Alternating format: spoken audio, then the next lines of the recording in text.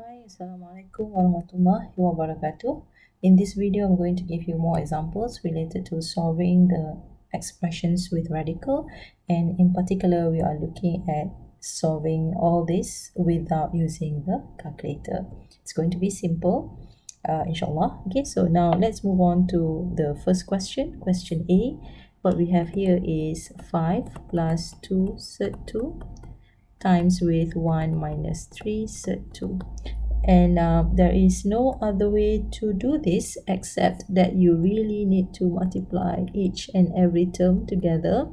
So you need to multiply all these terms. You need to expand this expression. There's no two way about it, so let's do that. So 5 times 1 is going to be 5 times this term. This is going to be negative 15 sub 2. This term multiplied with 1 is going to be 2 sub 2. And this term here multiplied with this over here, you're going to get negative 6 sub 2 times sub 2. So next, let's simplify this whole expression. We have 5 minus 15 sub 2 plus 2 sub 2. This one, it becomes negative 6 times 2. So the radical term can be removed because you've got the same radicand inside here. So we've got 2. This is something which you have already seen in the previous video. Yeah? You're just following the rule of radicals. Next, we can simplify this with 5 minus 12. Now, this is going to be negative 7. And then you can see that over here, we've got the similar component, which is sub 2 with sub 2. So you can combine, you can simplify these two expressions here. So it becomes negative 13 sub 2. So this is like having negative 15x plus 2x. So you can simplify that to be equal to negative 13x. So what common term we have here is sub 2 and sub 2. So that can be simplified as negative 13. So that's it for the first question. Now let's move on to the second question. So we have here 5 sub 7 plus 8 times with sub 7 minus 2 sub 7. And again, this is the same idea like this one over here. We can see that the common term that you have is sub 7, and sub 7. Therefore, you can simplify the whole thing by adding and subtracting the values here. 5 plus 8 is 13. 13 minus 2 is 11. So we've got 11 sub 7. So that is quite simple, really. Okay, so now let's move on to the last part of this question. I'm going to erase all the ink. Okay, so this one. So what we have here is sub 5 plus 3 over sub 5 minus 2. And usually we would like to get rid of the bottom part here.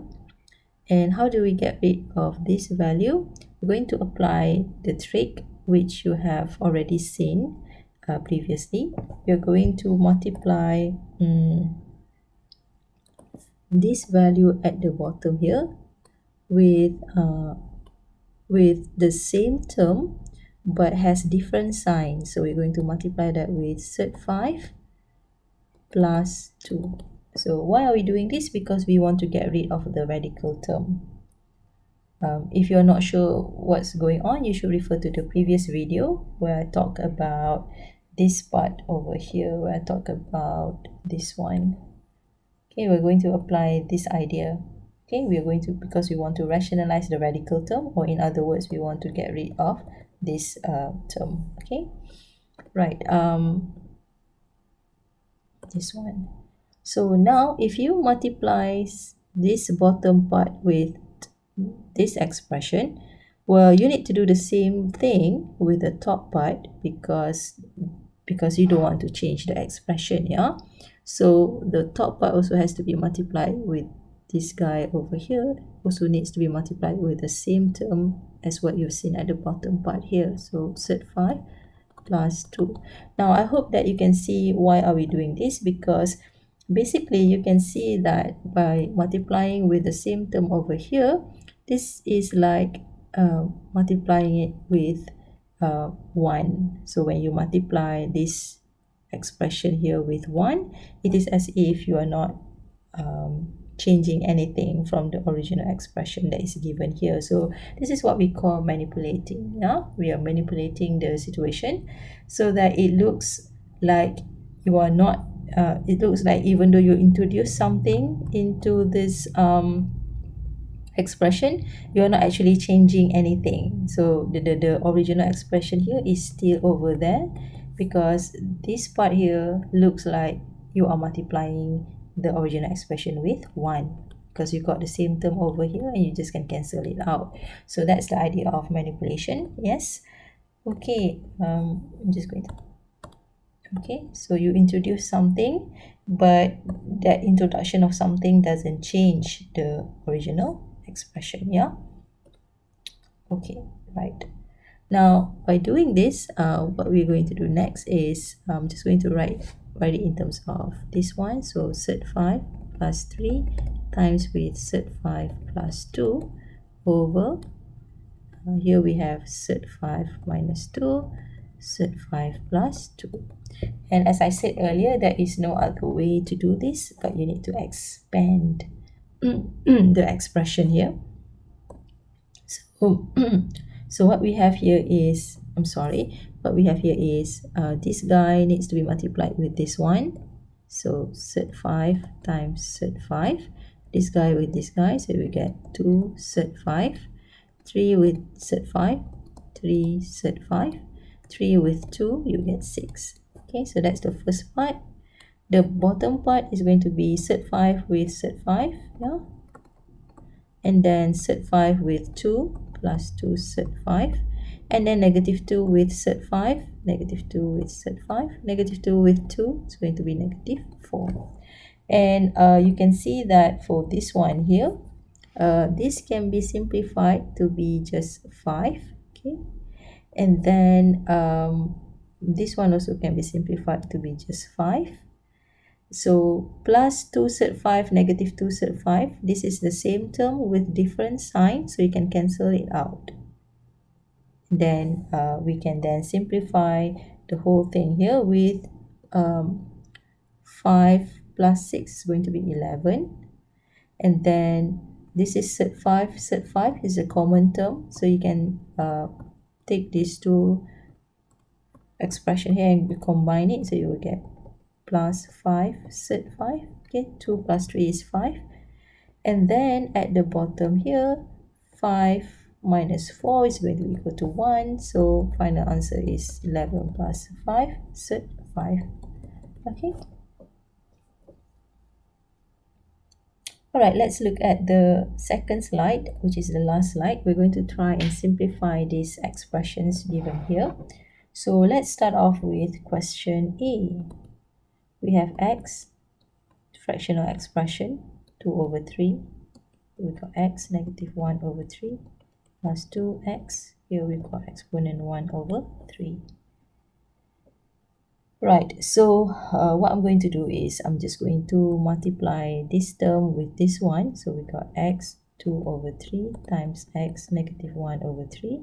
Next, plus this term with this term. So we got x 2 over 3, 2x 1 over 3. And since you have the same base, you can combine it. You can add up the exponents. So it's going to be x 2 over 3 plus negative 1 over 3, which is just going to be negative 1 over 3. Okay, so we've got plus negative something, so it becomes negative. And then over here, I'm going to have 2. So I'm going to take out 2 to this side. X and x here is the same base, so I can combine it again. So x 2 over 3 plus 1 over 3.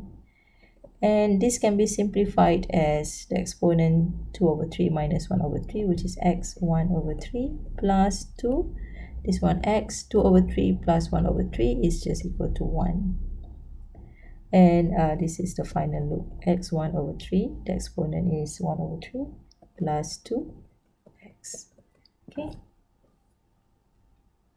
Right, we're done with question A. Next, let's move on to question B. So here we have x negative 12, y to the power of 9, z to the power of negative 6, and over here we got negative 4 over 3. And this can be simplified as x negative 12 negative 4 over 3. This is what we're going to do. And then y to the power of 9, which is negative 4 over 3. I'm just separating all these terms. And then I've got z negative 6, negative 4 over 3. And based on the law of exponent, when you have these two guys like this, you can just multiply them together. So we've got x, so negative 12 times 4 is positive. Negative 12 times negative 4 is positive 48. 48 over 3 is 16. So we got x to the power of 16. Next, 9 times negative 4 is negative 36 over 3. 36 over 3 is 12. So you get y negative 12. And finally, negative 4 times negative 4 is positive 24. Divided with 3 is 8. So z to the power of 8. So that's it. It's quite simple. I hope you guys get something useful out of this video, and you can try and do more questions on the exercise part, and hopefully everything is all right. Okay, right, thank you very much for watching, and I'll see you again in the next video.